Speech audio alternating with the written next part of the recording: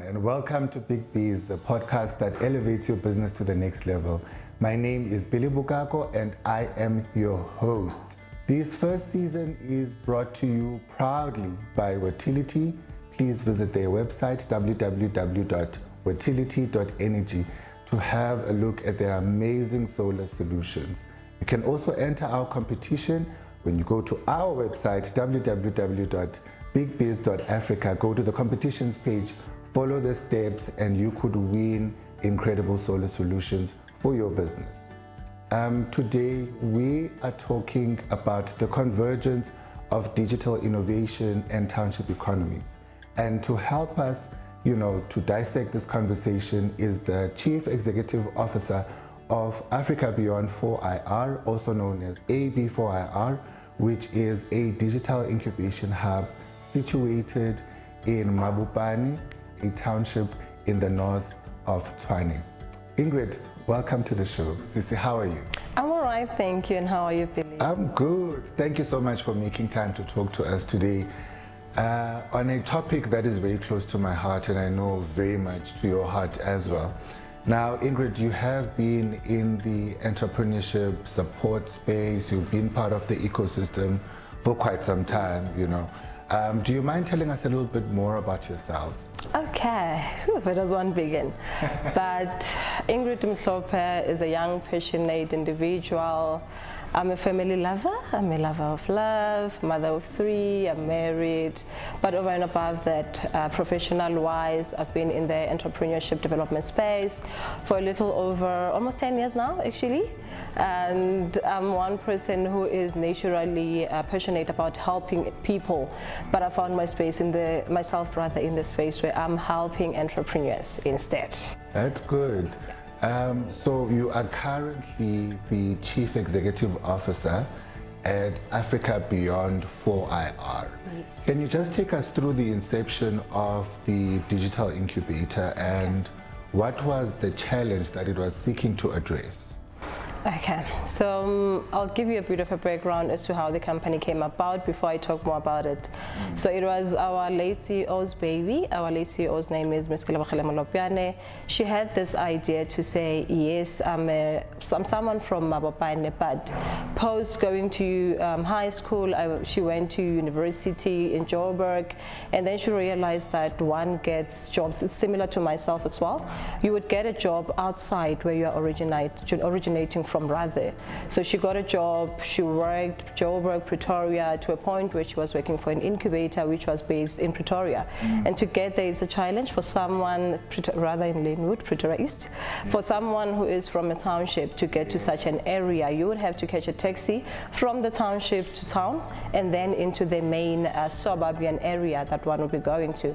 Then she had the idea to say, what about those that I left behind at home that also want to access such opportunities?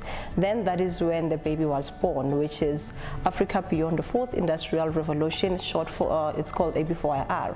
So when AB4IR was born, it was from realizing the gap in the digital space, but also the gender divide that is so apparent in the communities that we live in, over and above, not only in South Africa, throughout the world, there is a problem in regards to gender divide, where you find that most positions are filled, higher positions rather, are filled by males, or in the ICT space, there's fewer females. Hence the birth of AB4IR, and we are based in a township. We are in Mabopane, whereby us being there, we positioned ourselves in a sense that anyone in the township can come and access this resources, the opportunities that which we offer. So what AB4IR is, it's an ICT, digital innovation and technology hub. We offer business and technical support to SMMEs, but over and above that, we offer technical skills, whereby we do both accredited and non-accredited programs, helping the youth, which is our focus, mostly those that are in need, or rather classified as need, which is not in education, employment, or training. Those are our focus, but also women as well. That's a mouthful, and you guys are definitely doing a great job at that. You mentioned issues, and I always mention this in the show, that it's very important for us to look at access. Yes. Access is a very big thing, and what I gather from what you're saying is that the inception was based on a lived experience that with Ms. Kelebogile, the previous CEO, you know, moving from the township and having to access things in suburbia, right? And, you know, for her to bring this, you know, closer to where it is, and to also sort, you know, solve issues of, you know, socio-economic issues, right? It's actually quite a big undertaking. But I want to check, what are some of the challenges that you've had to weather, you know, bringing such a program to the township? And how have you managed to mitigate some of these challenges? You know, operating from a township has a number of challenges. Most of them, I'll highlight a few. It would be with regards to infrastructure. The infrastructures that one get within a township, yes, it's buildings that have been there for longer, or even if it's newer built buildings, you find that there hardly ever is anything happening in these buildings. So the issues are around infrastructure, building-wise, but infrastructure, internet, which, yes, there is an element of internet that the government tried to ensure that there's infrastructures and internet-wise within townships, but the quality, it's not to an extent where someone who wants to run a business, more especially in the digital space, can be able to compete. But besides the infrastructure, the other challenges is finding people who have to choose between myself, who wants to go and access opportunities, or me, who has kids that have to eat. Then I have to decide between traveling to come to you to attend whatever it is, the beautiful opportunity maybe that you might be offering. But if I have to choose between that and putting bread on the table, I would often choose to put bread on the table because I have kids, I have a family that has to eat. So some of those challenges are those, but they are more in relation to social-wise. So what do we then, how we try to mitigate these challenges is offering opportunities that either come with a stipend, if it's internship work placement opportunities, or even training. We try to meet our participants halfway. With the funders that we get, we try to negotiate for there to be an element of helping those that are going to be commuting to come to our facilities, but we also add an element of catering, whereby you don't have to now choose between accessing an opportunity and putting food on the table. Yeah. So those are some of the ways we try and mitigate, but there's quite a number of challenges. I would imagine, and I think the biggest for me that you mentioned, I mean, you are running a digital hub, yes, right? And, you know, I would imagine your program, and I want us to talk a little bit about that, you know, your coding, virtual reality, animation, yes, that is hugely reliant on sustainable and constant, you know, internet, yeah, power, you know, and I can imagine how, you know, these impact, you know, and we want to reach out to any corporates out there, any members of government, be it local government in the Mabopane area or even provincial or national, if you can assist, you know, with some of the challenges that our entrepreneurs in the township space are encountering, please, this is a call to you to come through and assist. Ingrid, so, you know, there's obviously we've just talked about the cons of operating in the township. But in terms of what the positive spin-offs, you know, since establishing the center, what would you say are those, and especially for the Mabopane, you know, area? Okay. What we try to do the most with everything pretty much that we do, we try to empower the community in as much as we possibly can. So most of the services that we get are from people within the communities. So in Mabopane, we are mostly within proximity of 15 kilometers from the areas that are in and around Mabopane. So whenever we have programs, be it we need transportation, we need catering, we need tutors as well, or facilitators for our programs, we try and get them from the local. But also the programs that which we offer, we expand them in an extent that if we can only cater for 20 people, we then offer a hybrid session. For anyone who has the means and they're able to connect to the internet, they're also able to connect to the sessions that which we offer. In this case, we are then impacting more than just those that are physically present for the sessions that we offer. I'll just mention some of the programs that we've done. Maybe just to take it back a bit. Part of what we are trying to do is to advocate for there to be more SMMEs in the gaming, animation, virtual reality and drone space, over and above being an ICT incubator. So what we have done, there's a program called the Drone Diva program, which when it was conceptualized back in 2021, we were in partnership with the Goethe Institute, which is an initiative from one of the programs from the German institution. So what we did was we issued a call out to check are people even interested in the drone industry. To our surprise, we were looking for 20 females. We received over 1,000 applicants. We had to sift through the 1,000 and then select the 20. The reach that we have, our programs get applicants as far as KZN. We've had applicants as far as Namibia, as far as Zambia, and then where we are able to accommodate, we accommodate. For those that are outside the Gauteng area, we would then be accommodated on a hybrid session where they would be joining us virtually. But those, we've had a person from KZN attending a session that was taking place for a period of a week. They thought it was a sleepover. Candidate comes with bags. When the person applied, they said they were in Gauteng. Came with bags, I'm here, this is me from KZ, and your address at Gauteng.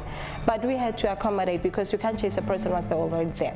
But what we do over and above, then we would go to an extent where we try and accommodate them, whereby another colleague can maybe take them in and they can go sleep at their own facilities and all sorts.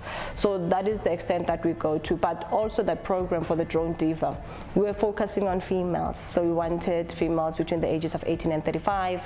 The number that we received, yes, it was overwhelming, but it also proved to us that there is a need, and we just need to figure it out. How do we then provide and mitigate and be able to impact more people? And stretch your resources to try and accommodate in as much as we possibly can. Actually, quite interesting that you have also managed to get international recognition. That is absolutely incredible, and congratulations on that. You know, thank you. To just be recognized as a township incubator is something else, but to be internationally recognized. Yes. And I hope you will be able to monetize some of those, relationships to try and reach as much people as possible. You mentioned coding, you mentioned virtual reality, animation, drones and stuff like that, and you sound like you're the right person for us to be having this conversation. I wanted us to touch on the landscape and the future of digital economies in South Africa. What would you say are the new frontiers in the space, and are we moving in the right direction as a country? As a country, I'd say we are moving in the right direction, but it's at a slower pace. If you look at it, when we try and compare ourselves to the rest of the world, which is something that I wouldn't advocate for, but if you were to look at it, the world is now, others are speaking your 5G, 6G. We're still trying to figure out 4G into 5G. But nonetheless, as a country, we are moving in the right direction. There has been a whole lot of difference. Where government is concerned, they've had initiatives that would be incorporating both the public and private sector, which is what they've mastered well in this regards. Where you're combining stakeholders within the sectors, irrespectively, you are able to now have a bigger voice, instead of it just being that the public sector is doing the work on their own, the private sector also is doing the work on their own, but where we come together and we collaborate, there's more that we can achieve. But when you look at the space of artificial intelligence, IoT, as a country, we're slowly catching up. It's just that it's a pity because most of what we are seeing being utilized by ourselves as well. We are utilizing programs or innovations that are mostly from outside. But the challenge is, I could say, it's also because of lack of infrastructure. We might be able, it's possible that there are people, actually there are people, not that it's possible. There are people that are capable, that have the skill, that know how to, but the challenge would be resources. Without the resources, without infrastructure, whereby myself as a potential somebody who might develop an innovation, if I don't have the infrastructure, there is literally so little that I can do. Then we end up using your free source softwares or soft copies of innovations that we can utilize. I might be taking a coding developed by somebody from the UK. in order for me to piggyback and take over and advance it and change it, which is why most of our innovations within South Africa, it's something that is an advancement of what already exists, rather than creating my very own. The challenges are access to infrastructure and equipment more than anything. So because of those challenges, we see innovators adopting a more of a localization model where they take these existing innovations and they localize them. Yes. And I remember there's been a lot of talk around technology incubation in terms of what constitutes an innovative solution.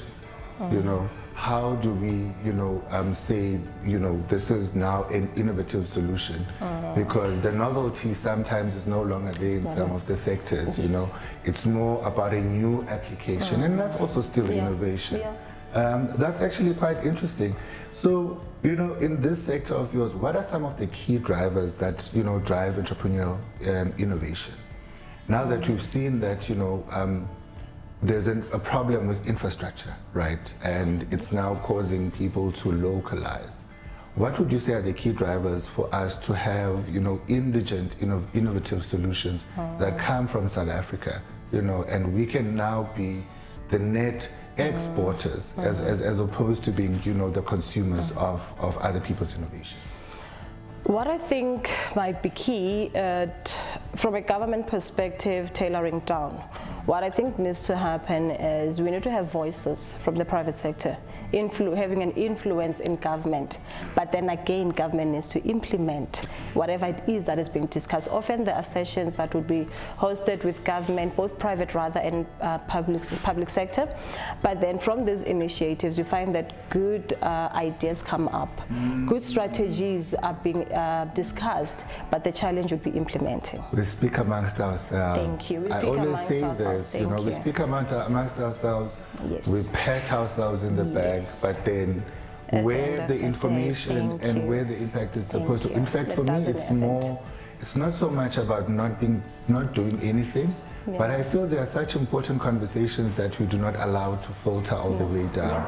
And now you mentioned something very important, which is around collaboration between private and public sector, right? And often I always say that you and I are practitioners, and this is where we fit in, trying to marry these two spheres of the economy along with other ecosystem players. How would you say that is, currently, how far are we in getting this thing right within the digital economy space, right? Yeah. Is there already an ecosystem? Yes, we know there's an ecosystem, but how is the collaboration, and what do, in your mind, in your understanding or your perspective, Yes. how can we get that right, especially for this sector? I think we need to stop the silo mentality that we have. Most of the time you find that the information is there, but whenever we have to implement, I also want a piece of the steak. Obviously we all want a piece in everything want our that's logos happening. there. Thank you.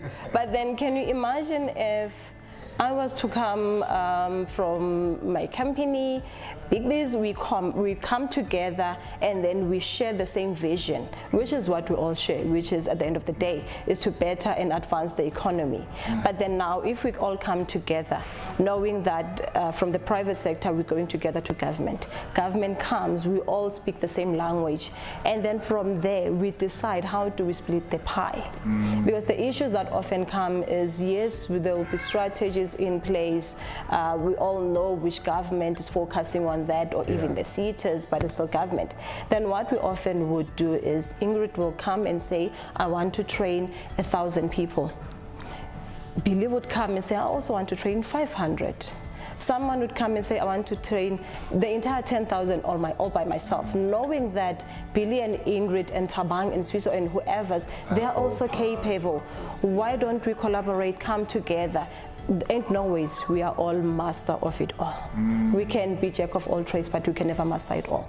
If I know that I'm good in business incubation, why don't I go to somebody else who has accreditation and say, I'll come with the business development front, can you come with the skill development? If we were to try and approach it in that context, maybe in my view, I feel like we could get to a point where we are able to say we are all collaborating, we are all working together, we all have the same voice. This way, we are avoiding the confusion from the private sector that we are doing to government. I go and say to train one person, I want you to pay me 10,000 rands. Tabo comes. For me to train one person, it's actually 15,000 rands. And then there's a fortunatus who comes and say, for me to train one person, please pay me 5,000 rands. You see what it does to government. They also get so confused to say, what is the industry saying to us? What is the pricing and all of that? If we were to be able to know that this is how we can collaborate. To have a collective voice and have a a collective bargaining approach voice. to everything, yes. I in order to get avoid that. this whole thing of coming up with different terms, having different pricing. There's nothing wrong with us partnering, adding a markup. There's many ways to make a living, but can we also have bracket the things that we do, bracket the figures that we And I actually never put thought out. about it that way, actually, Ingrid. Yeah. But now that you mentioned this ecosystem, has your program been able to attract any, ESD support? Enterprise supplier development, that's ESD, right? Have you been able to get any private sector into your program, with some ESD funds? We have, but not to a great extent. There is an element where we have some of our partners from the ESD space, but the other challenge that we've been coming across, which we recently discovered, it's our status of being an NPC, which is a non-profit company. Yes. As soon as you start to speak to ESD, you are now touching what is linked to BEE. So for whoever that funds you under ESD, they need to be able to claim it back in points for BEE. But when you speak to an NPC, NGOs, your NPOs, it's companies that are not for profit, but rather what we need to be accessing is CSI funding. So yes, so that is where we're supposed to be playing the most on. So the way I understand it, and I think this is actually quite a moment of education for a lot of people who want to be in the space. I would imagine your incubatees are now PTYs, right? Yes, they are. They are private companies, so they can then be able to access the ESD funds. Yes. But the center itself, the incubation program, falls under an NPC, so you have to. So there's a fundraising strategy that needs to be put in place that speaks to how you attract resources for your entrepreneurs, but also resources for the actual program, because it's different. Yes. That is actually quite something to think about. Okay. Are there any, players out there that you'd like to speak to and, ask them to come on board? Then let's use that opportunity. A lot of them. I think I'll touch base on this one huge player in the industry that we've been trying to get into their system to get in order to benefit funding and everything, but it's Microsoft. We've been wanting to be a partner. It's under the emerging partner for Microsoft. We want to be one of their partners, but because of the status of being an NPC, we are unable to become a partner because they are looking for companies that are for profit. So what I want to maybe get out is to say ourselves as NPCs, yes, we are companies that are operating for the community, to uplift the communities, to better the communities under social development, but we also have to make a living. We have lives to pay, we have salaries that we need to pay. We also have programs that we wish to realize and do impact more people, but without access to funding. If we are going to be limited, mostly when you look at your CSI programs, it disadvantages us, because now most of the funds, if you were to look at it, they are on the ESD part. With CSI, it's whatever monies that may be left where they can push it out and then put into maybe your NPCs or whatever. But also with CSI, even PTYs can benefit from it. Why can't NPCs, NPOs, non-profit companies benefit also on the other end? Can't there be a way where government or private, actually it's both private and public sectors, can there be a way where they can still be able to get points under PEE for supporting an NPO under EST? Because what we do, it's in line with what they want to fund, but the challenge is the status. They are listening, they are watching. Yes. So everyone else that will be listening, please note that we still need to pay bills. We still need to help more people, but without accessing these funds, we are unable to do a lot. There's only so much that we can do. There's even a lot of NPCs that would be wanting to gain access into the very same piggyback. So can't there be other ways to expand? Other mechanisms to try and get you guys into the fold as well. And just to add, sorry Billy, another thing is that we need to consider is fundings that are at a prolonged basis. Instead of funding me for a period of a year or giving me funds that are going to run a project for 2 months, we need funding that sustainable is now partnerships. Thank you. Partnerships that are long term. Thank you. Thank you. I get that. I think also on the issue of ESD, we've got government, from the policy side. Yes. What would you like seeing improving from, the policy side of, the digital economy sector? What would be the role of government that you think they can play better in ensuring that there's, I think the role of government more than anything is to ensure that the infrastructure is there. Because the digital space, the major thing about being digital is being able to utilize your machines, but mostly accessing the internet in order for you to utilize, because if you look at it, for me to access an email, it's internet. For me to Google, it's internet. For me to research, for me to do my schoolwork, for me to do whatever, it goes back to the very same infrastructure. Yes, government has had an element where they have infrastructure in a sense of the internet that is available, but the quality as well needs to be looked at. So let there be more than enough access to infrastructure. Yes, we still need these partnerships, them doing their policies. Just the basic infrastructure. The basic part of it. If we can master that, the rest can always be changed. In regards to policies, we are speaking digital, but there is so little that is being done from an element of schools. You look at from grade R up until grade 12, what type of digitization is there? We're still on paper. But we are in the digital era. So can we advance and move at a pace? Yes, it's going to be at a slower pace, but can it also be looking at changing from the foundations and of it? We look at, we look at from school all the way, because now what's happening is government is doing something very good. They are now incapacitating university teachers, the teachers themselves, the tutors, the universities, the TVETs, more especially, which is what's closer to my heart, where now we are equipping the teachers themselves in order to be able to transfer to the learners. But what's happening to me, who is in grade R, grade 1 up until grade 12? Do I then have to get to a tertiary institution for me to be able to meet this digitization? Yes, now I heard they'll be introducing your robotics to the lower grades, but can they do more in that regards? Because what happens is those that are coming out of high school, when they get to universities, it becomes difficult because of the level that is in the traditional school.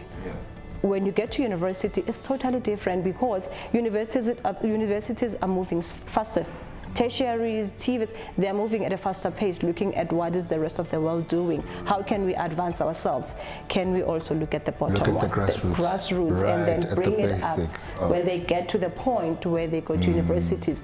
At least they know what is this digitization that we're speaking about. It's almost, part of everyday life. Completely get that. And lastly, we have entrepreneurs watching you from Mabubane, Soshanguve, Garankuwa, Mamelodi, Oliven, and they're asking themselves, how do we access this incredible incubation program that is being run by this gorgeous lady in front of me? can you just take us through how can prospective, digital disruptors, innovators, SMEs, in the space, how can, if they want to be part of this amazing work that you do, how can they do that? Okay. We have an application process that we do, but one can also walk into the center and then we'll gladly assist. So the easiest way to reach us is to go to our website, which is www.ab4ir.org. All our social media platforms will be able to lead an individual to our website. On the website, there is a tab for business incubation where one is able to apply. But we also share our programs, trainings, the events, whatever it is that we might be doing, we publicize it on social media. So with all the platforms, just look for AB, the numerical number 4, IR. That is Ingrid, us. thank you so much for coming to the show. It's really been so informative. There's a lot about the space that I myself also did not know, but having you who's right in the middle, in the thick of things, doing such amazing work, it really has been enriching to, chat to you. And thank you so much, and all the best with the program. Thank you for the invitation. It was such a pleasure. I really appreciate it. Thank you so much.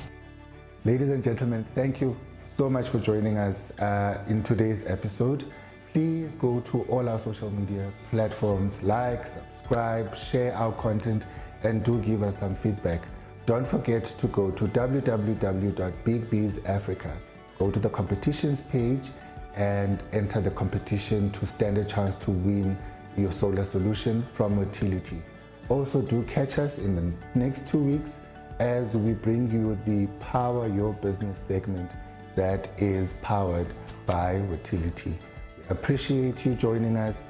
Please join us next time again. Thank you.